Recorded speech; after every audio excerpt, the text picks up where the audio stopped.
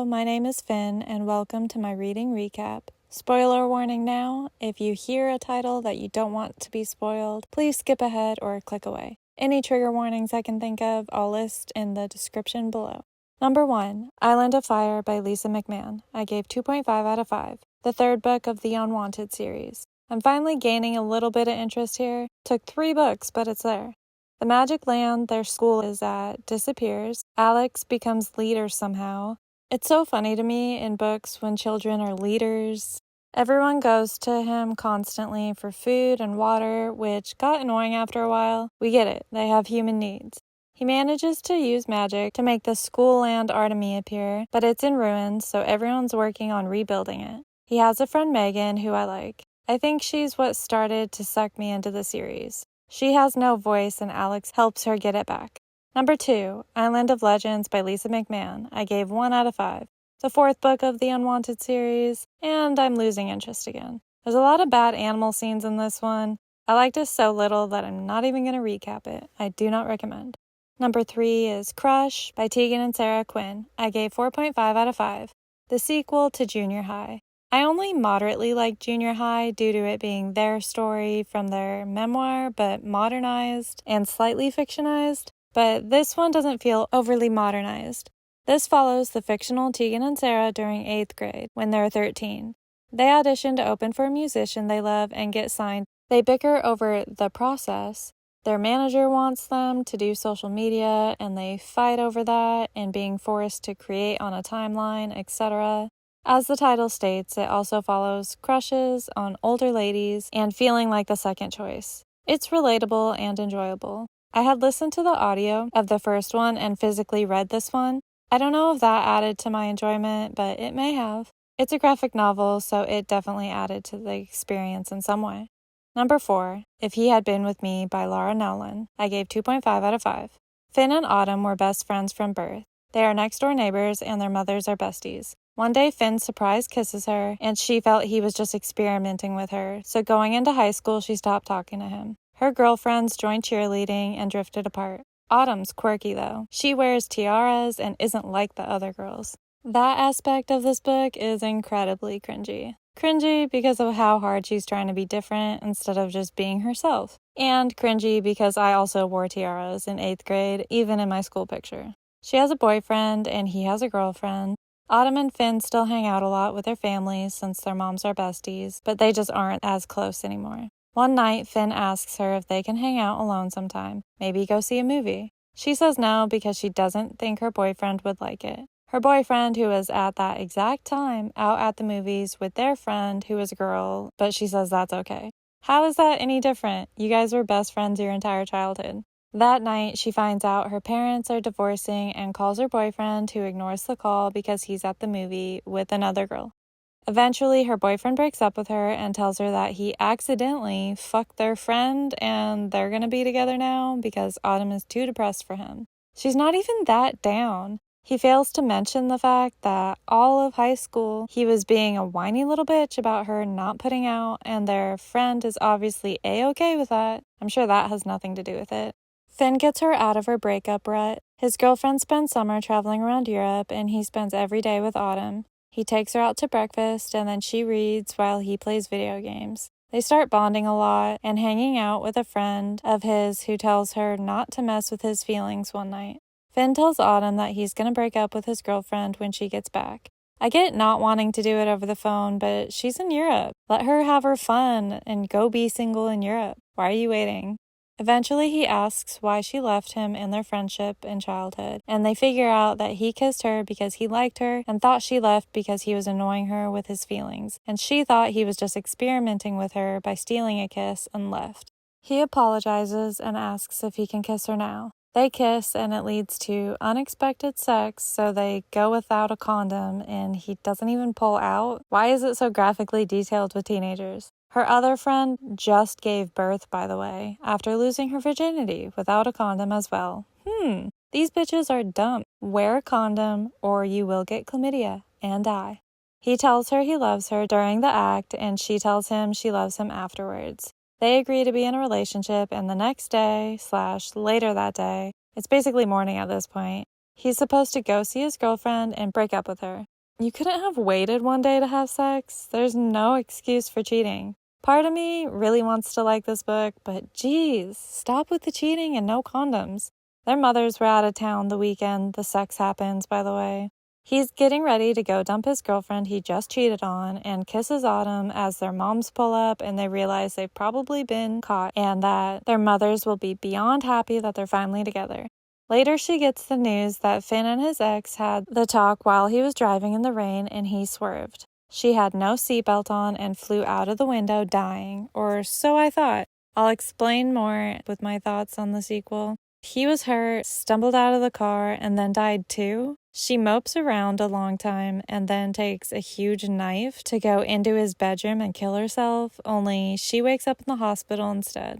As soon as she wakes up, she immediately starts planning to try to kill herself again, to be with Finn, but then she finds out that she's pregnant and that Finn wouldn't forgive her if she killed their baby too.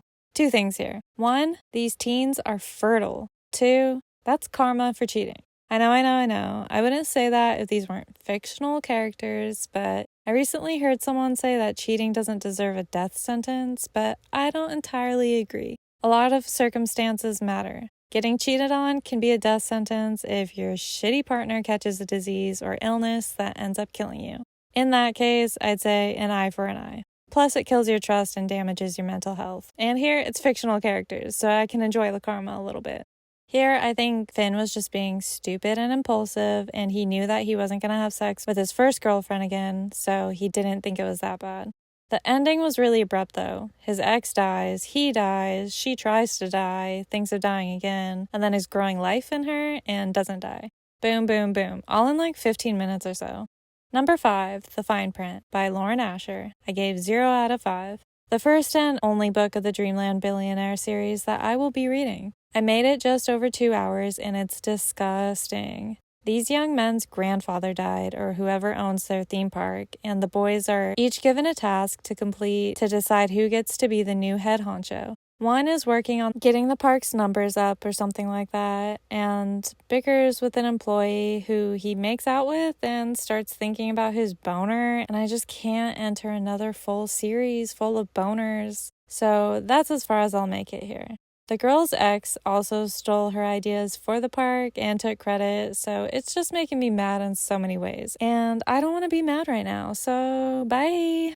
Number 6, Meet Me at the Lake by Carly Fortune. I gave 1.5 out of 5. I'm getting very concerned for women. I've been finding books through Target bestsellers lately, which is mostly just what's popular on social media right now, most of which are supposed to be romances written by female authors. The romantic lead is truly horrible, and he still gets the girl in the end, and it's written to be romantic, and then I see readers talking about how romantic these are. This is not romance. This is fucked. Most of what I've read these past couple of months have been completely fucked. I'm so disturbed. Now that I've said that, Fern and Will meet 10 years ago and had a great day together. Fern was about to move, but hadn't seen everything in her city yet, so he showed her around. On the surface, it feels like mansplaining her own city to her, but this part was actually okay. She wanted the tour, and 2 people can know the same city but in different ways, so it makes sense. The power goes out, and she lets him crash at her place. They don't kiss or anything. They were both in relationships, but they make a plan to meet the following year at her family's lake resort, where the crawdads sing style. And just like in that book, he doesn't show up. Fast forward 10 years after their first meeting, and Fern's mom has died and left the resort to her. She also hired Will as a consultant. He shows up and they work together and get talking. He doesn't even explain himself for so long. I wouldn't be able to talk to him without an explanation. He loosely explained that he had his sister move in with him so he could help raise her baby, but the way he talks about it, it's like he's in love with his sister. It's creepy, but at least that's not what happens, so I guess that's good. They end up having sex a couple of times, not his sister, the other girl, and he's supposed to go to a dance with her before he returns home, but she wakes up finding him having slipped out of bed. She worries all day and finds out he fully checked out and just left. She gets a hold of him on the phone, and he's nasty to her. He says his niece is in the hospital, but he could have at least communicated that to her. He's so rude about it. Then he goes completely evil and tells her that they were a mistake. How convenient that after you get laid, it's suddenly a mistake, bastard. She tells him she loves him and she knows he does too, but he says he doesn't and a bunch of other just horrible things. She doesn't even fire him, tell him to go through another employee for work and never speak to her again. His sister shows up at Fern's door and she's a bitch too. She's immediately like, oh, you're not his type. What the hell is wrong with this family? Fern finds his sketches of her, including her waiting at the dock the one day that he was supposed to be there, and stood up. Apparently he was there, he just didn't approach her. What is this book? Fern goes to his place to talk things out, and he explains that the morning after their night together 10 years ago, his young sister told him that she was pregnant and the baby daddy is AWOL. He has her move in with him and help raise that kid. He thought that made him unworthy of Fern. He adds that he ended things again now because the same thing basically. He said that he had tried dating other women and his sister living with him was always an issue. What? A lot of guys in their 20s and 30s are living with dirty other men and raising ex-girlfriends' babies and their own babies with other women, but he's acting like him helping his sister is the end of the world and he can't be with the girl who's repeatedly said that she's okay with it because of that?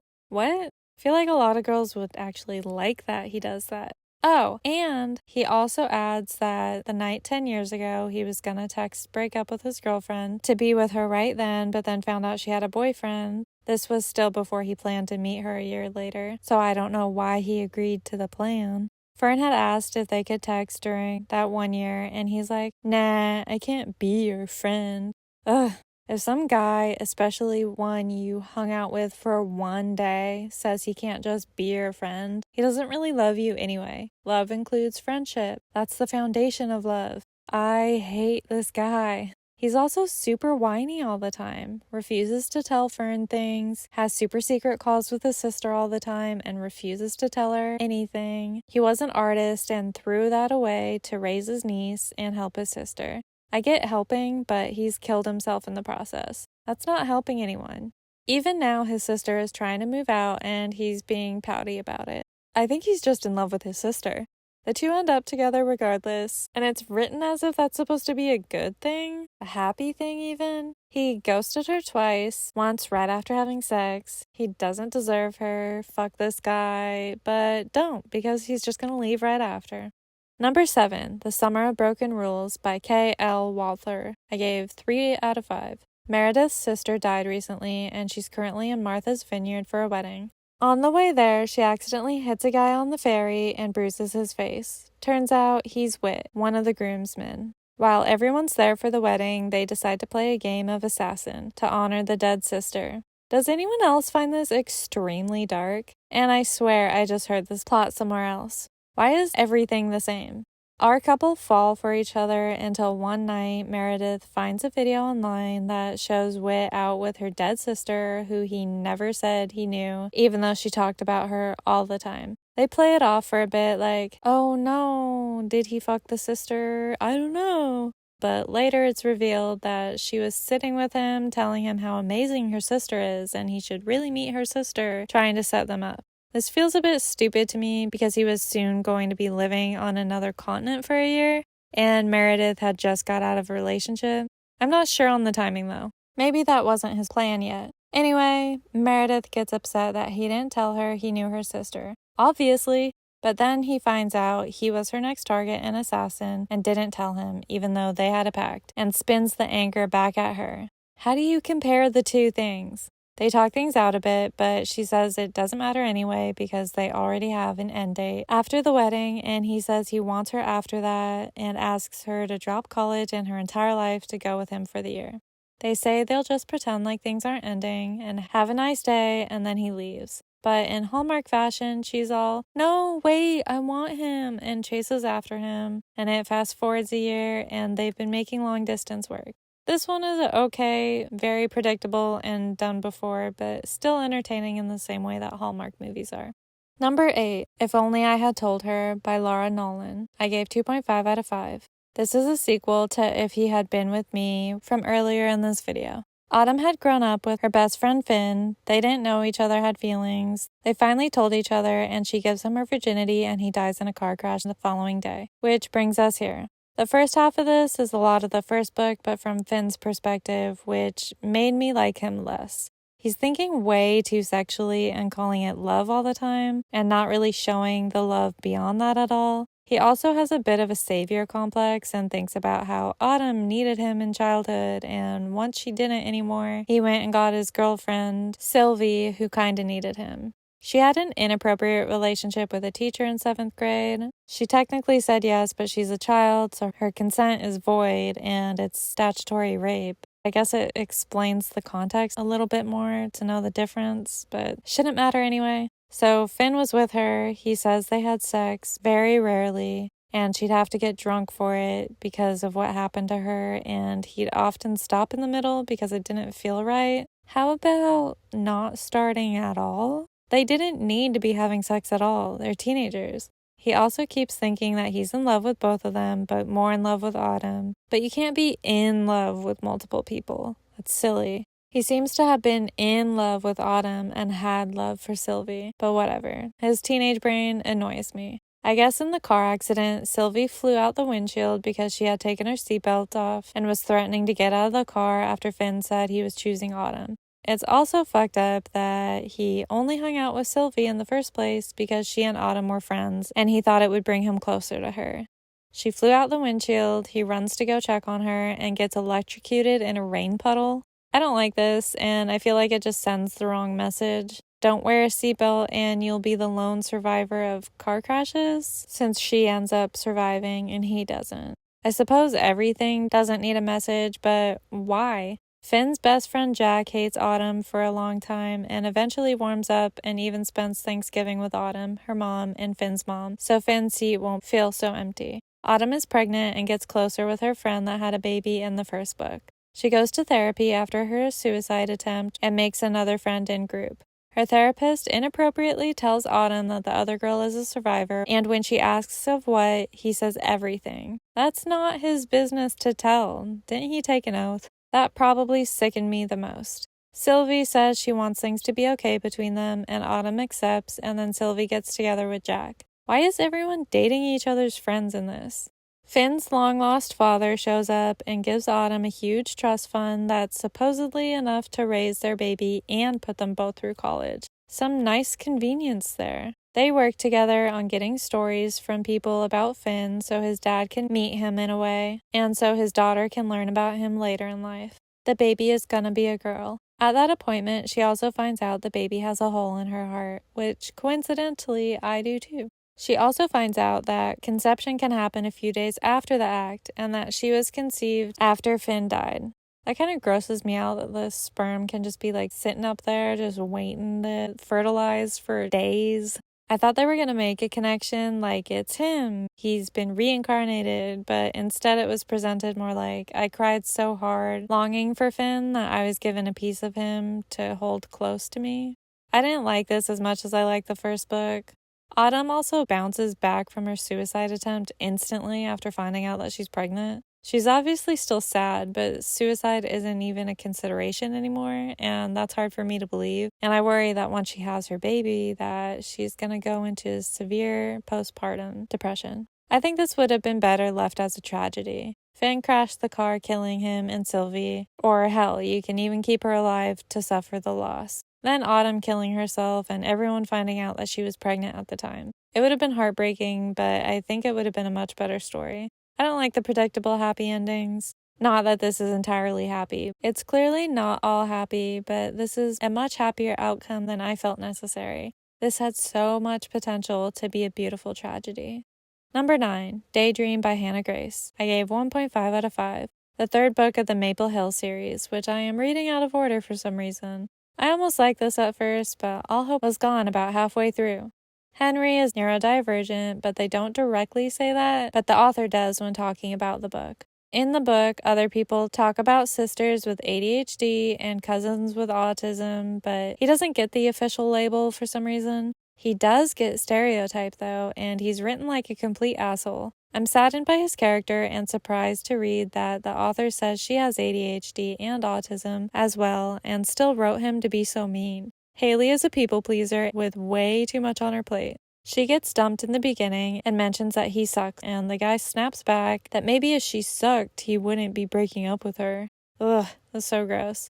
They dated a year and haven't had sex. Her thoughts at this were that the thought never appealed to her, and I thought I was in for an asexual romance, but nope. In comes Henry. She helps him with schoolwork, and he helps her by giving her life experiences, so she has some inspiration for the book that she's writing. They make stupid rules, one being that she not fall in love with him. Ugh.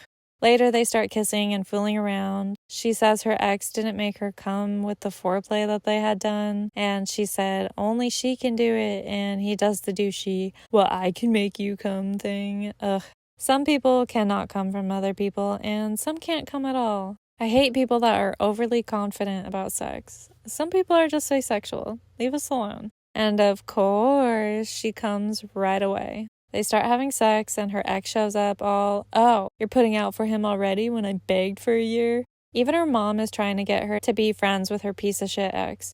Henry gets overstimulated a lot, and one time invites her over and then hides in his room all night, and she eventually leaves, but he could have told her. No excuse for that. Later, her ex attacks him, and he won't even tell her why for a long time. She deserves to know. He needs space and spends a week or two at his parents' place, including over Valentine's Day, and doesn't say anything to her.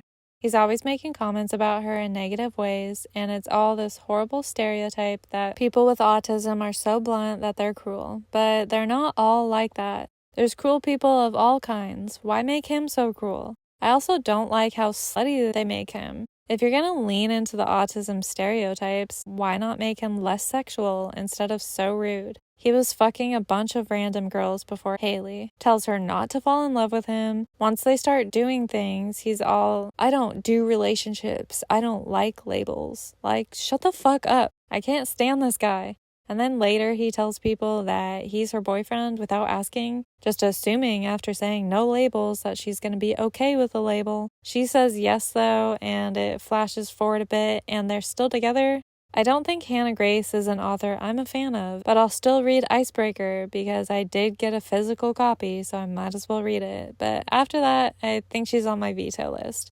If you know any good asexual romances, please let me know. I'm asexual, yet extremely romantic, and it's really hard to find passionate love stories in fiction that don't go beyond kissing, even in thoughts. I guess a PG-13 romance would be fine too, but I'm so sick of the graphic sex details.